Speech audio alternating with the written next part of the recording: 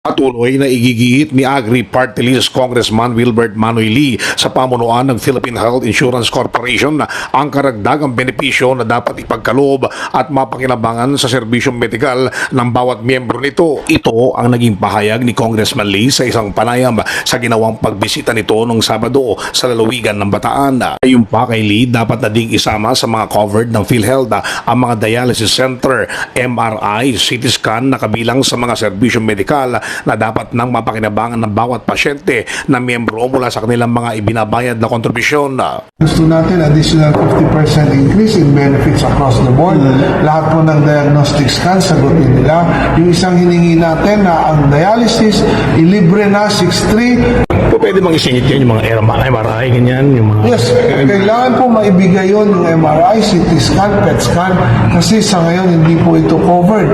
Pag ikaw po ay naresetahan na ganyan, dahil kukunti po publikong hospital ang meron yan, pupunta ka sa privado na napakamahal. Ano mangyayari? Mag-iipon, mangungutang, by the time makaipon, makautang ng pera, matagal na panahon, malala na po isa.